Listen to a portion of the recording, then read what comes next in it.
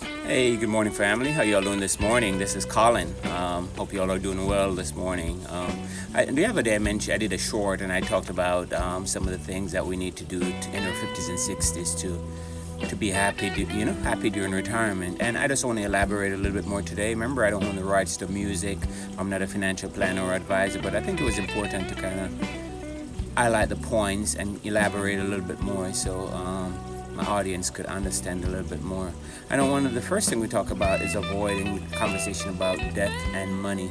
The thing is, if you don't plan to fail, most people don't plan to fail, they fail to plan. And what that means is, if you don't talk about death and your money and how it's going to impact your family with taxes and all that stuff, you're going to leave your family in a whole lot of debt. So you might leave some assets, but then they might struggle to end up keeping those assets because you have estate taxes and all that stuff that's involved, insurance policies. That if you have the insurance policies in place, then that might help cover some of the costs of retaining some of those properties. So the next thing we talked about, stop neglecting your health. The more you can do to take care of yourself, staying healthy, exercising, having a routine to, get your heart rate up, once, twice a week, that's going to prolong your life. So the longer you live, the more fun you're going to be able to have during your retirement. So, try to eliminate stress. Anything in your life that causes stress, just try to eliminate it, okay? Focus on your health, trying to eat right. Stop taking financial risks. Like I end up during my younger years, I end up losing millions in real estate.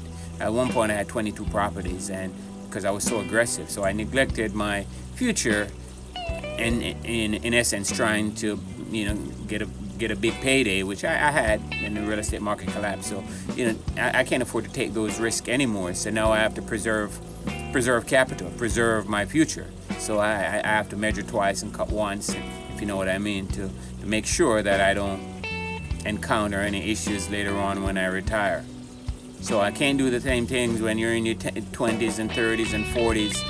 As you get older, you have to minimize those risks because your exposure is much greater and you have less time to save up again for retirement. So I have less now as a result of the decisions I made in my 20s and 30s and 40s. So I don't want you all to make those same mistakes. So try to pay attention and do some of these things, and you should be okay when you get to the 50s and 60s or whenever you hit the retirement age or you choose to retire.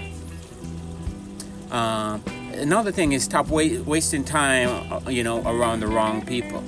Well, if you're not around people who are going to motivate you, who are going to tell you stuff or help you, if they're going somewhere and you're not going anywhere, then it doesn't make any sense. Be around people who's going to tell you no.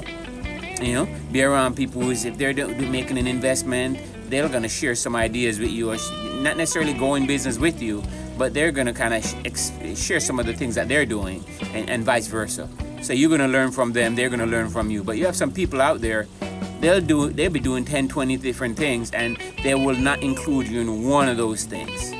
And when I say things, I mean things that's financially beneficial for them or beneficial for you. You're going to find people who have a lot of assets, and what they're going to do, instead of sharing one or two ideas with you or deals with you, they're going to just get it all because they have the capability and they have the means, and sometimes they just forget that you exist, or they just don't remember, or they just fail to share any ideas with you that's going to benefit you. So you just got to be around people who are going to share their ideas, and try to be around people who are going to tell you no. If your idea is wrong, they're going to tell you no. Okay?